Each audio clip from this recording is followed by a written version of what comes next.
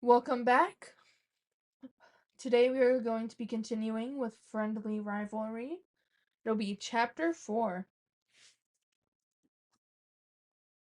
Chapter 4. Thanatos ambushed Izuku by the door. Metaphorically, of course. Izuku had to dig through his brain to remember the man's name. Was it Eldir? Yeah, Eldir. Hey, kid, do you know anything of how to fight?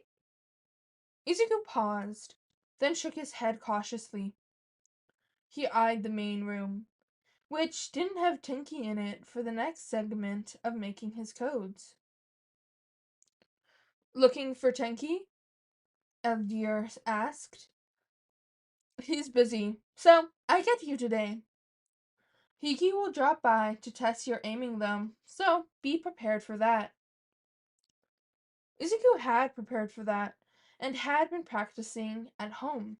Well, in the backyard, and only while his mom wasn't home. But still, what are you planning on doing? Teaching you to fight? He grinned, and Izuku eyed the cane he used to get around, cautiously. Well, my skeletons will be, he amended quickly. They're sturdy enough that unless you slam them against the mat too hard, they won't dissolve. So they'll make good sparring partners for a while. Izuku cautiously nodded and followed the man out into the backyard. Eldir slammed his cane on the ground, and a split opened up. 3 skeletons climbing out of the ground. All right, kid, let's go. Izuku was suddenly very glad no one was there to see how useless he was against the skeletons. Izuku was somewhat grateful when Hiki came out to find him. He was pretty sure he'd have bruises on his bruises when they all finally appeared in a few days. At least his mom knew he was a clumsy and probably wouldn't question the ones that would show up in places he couldn't hide them. Wow, kid, Hiki said as he hit the mat once more. You've only been at this for one afternoon? He's suspiciously good at dodging, Eldir agreed, shaking his head. Not that it's a bad thing, don't get me wrong, kid. Dodging is a good skill to have, but it is mildly concerning that you're so good at it. Hiki turned to Eldir to talk quietly to him. Izuku caught most of the words, even if he hadn't meant to. He's flinching every time an open hand comes at him. Get the skeletons to keep their fists closed. We'll work on the flinching later, after we get Y out of him. Izuku hadn't realized he was doing that. He'd have to try harder. Couldn't show weakness. Couldn't give them a reason to baby him. One more time, Eldir said, tapping his cane on the ground. Then Hiki can take you. Izuku gulped quietly and got ready for another round of dodge the skeletons. Try hitting them, Hiki encouraged. Go for the joints, the shoulders, the elbows, the spine, the neck, the knees. Although, probably not the hip. The pelvis bone is really hard and you'll probably bruise your hand. Izuku ducked under another hit attempt. And use a flat palm strike. You don't know how to punch yet, Hiki added after a moment. Izuku flattened his hand and ducked under another punch. Tried to get around the skeleton and used the base of his hand to strike the shoulder of the skeleton, throwing it off as it staggered forward. Woo! Go, kid! Hiki shouted. Izuku felt a warm bubble of pride. He popped it quickly. A perhaps irrational fear of Bakugo finding out coming over him. Eladier tapped his cane on the ground again, and the skeletons crawled back into the crack, the earth sealing up behind them. You can have him, Hiki. He'll already be very sore tomorrow, so we might as well break here. Izuku staggered over to them somewhat unsteadily. Eladier was probably right, and he'd be sore tomorrow. Maybe Bakugo would see and not beat him up. Unlikely, but he could hope. We'll let you rest up for a while. We should go over weapons maintenance anyway, Hiki said, glancing at the sun. We have an hour, so we're all good. Izuku nodded. He probably couldn't convince them that he could continue, and he'd be learning something anyway. So he sat down in the offered chair Hiki across from him. They moved into actually throwing weapons after 20 minutes or so. Izuku was rested up fine and now knew how to take better care of his weapons. No, the weapons he was borrowing, not his weapons. Wow, you've improved your aim a lot, Hiki praised. You're hitting more consistently in the outer ring, and almost never miss the pole. It took me almost a year to get this far. You're a fast learner. Well, he practiced a lot, mostly on random trees at the park near their house. He hadn't been found out yet, so he kept doing it, going when no one was following him, and making sure to hide deep in the forest before practicing. Hiki'll make you a marksman in 2 months at this rate, Eladier said, laughing. Then you'll move on to the fancy stuff. Izuku frowned. Fancy stuff? Hiki spun 2 kunai through her fingers, and then 2 more slid out of her sleeve, and she threw them at the target, each one intercepting each other, and somehow they all ended up in the target, despite her not throwing any of them at the target. It's easier to show off in a specific area for it, Hiki admitted. But that one's a fun trick for scaring people into thinking my quirk extends to weapons manipulation. It doesn't, but they think it does. Izuku was suitably impressed. He could also see how someone could think that proved her quirk extended to manipulating the weapons. He himself wouldn't have been fooled, but he could see how someone else would be.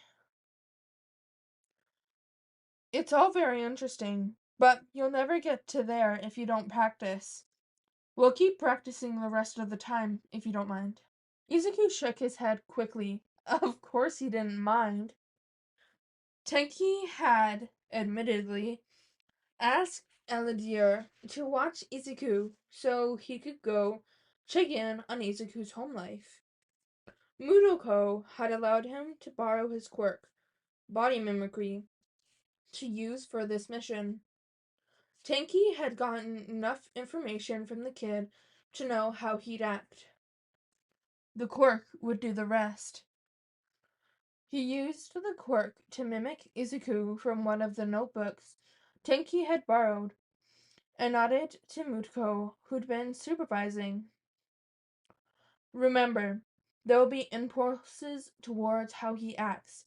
Listen to them, and you'll do fine. Tenki nodded to the reformed villain and walked off. The quirk luckily copied clothing and such as well, so he was ready to go. He looked up where Izuku lived with his mother, although didn't seem to need it as the quirk nudged him onto the right path and into the right walking style. If he hadn't had several illusion/disguise type quirks before this, he probably would have had more of an issue. As it stood, he fell into the different walking easily. He spotted a group of 3 kids, a blonde one, a large one, and a skinny one. Tenki could sense their quirks. The leader, the blonde one, had an explosive quirk. The large one had a kind of wing quirk, and the skinny one had something to do with elongated fingers. Weird. The quirk pushed him to hunch in further, making him a smaller target, and Tinky wondered if he needed to murder someone. Sue him. The kid was cute. The blonde kid stalked up to him. What are you doing out this late, Deku? Sparks popped in his palms, and Tinky suppressed the urge to tell him off for public quirk usage. The quirk nudged him, so he opened his mouth and said whatever came to mind from the quirk. Nothing caught on, just wanted to get out of the house. Tenki was willing to bet this kid was why Izuku had such a bad stuttering problems. And what was with the nicknames? Although, boy, this was a useful quirk for impersonating people. The boy, Kachan apparently, narrowed his eyes at Tinky. I don't think I believe you. Why'd you have your backpack then? Tinky flinched when the quirk pushed him to do it. I, I was just doing homework. Kachan glared at him for a moment longer, then and barked at the other two. Let's go, extras. Deku's just being useless and probably stalkery as usual. The three left with their parting insults, and Tenki felt the strong urge to kill someone. He knew what Deku meant, knew what their insults were probably doing to the poor boy's psyche. Briefly, he wondered if they could all take turns taking his place at school for a couple of weeks while the others kept him busy. Whatever they did, there would be a talk with Izuku about what was going on here. Tenki had wandered to the apartment building where he knew Izuku lived while he was thinking. When he entered the house, it was lit up cheerily. The smell of some sort of food was floating through the air. Izuku, you're home early from meeting your friends. A woman, he assumed it was Izuku's mother, poked her head out of the kitchen. Are you alright? You weren't playing it too rough again, were you? Tenki shook his head. He'd stay for a few more moments, get a sense of how the woman and Izuku interacted, then make his prepared excuse, he forgot a notebook, and leave. Izuku would come home as normal and life would go on. Although the comment about playing too rough was bothering him.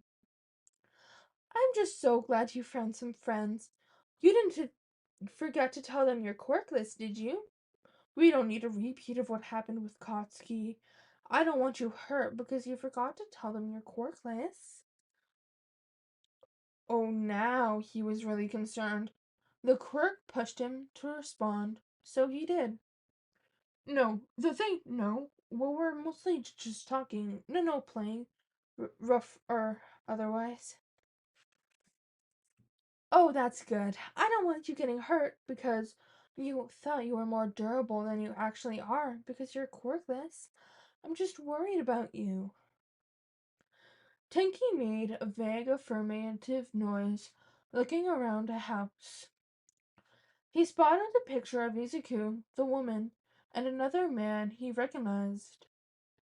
Hizashi Midoriya, quirk, breathing fire. Tinky paused. Oh, that was where he recognized the name Midoriya. Hizashi had been part of more the legal side of what he did. He had worked as a sort of accountant that did analysis as a side thing. If Tenki was being honest, Hizashi had done more analysis than accounting. That did explain where Izuku got it from, however, since it clearly didn't come from the woman. He did remember that Hisashi had died when some idiot had attempted to attack where he worked. Hisashi had taken a hit for a new mother and died on the way to the hospital. He stored that to tell Izuku later. His father had been a good man, despite working for the foremost villain in the underground. After a long 10 minutes of Tenki thinking he really should file the woman for child abuse, specifically mental and emotional, he made the excuse and left. He used a different quirk he had on hand to make her forget the entire encounter. It'd be easier on everyone, and spare him from having to tell Izuku. Now, he had things to discuss with the other villains.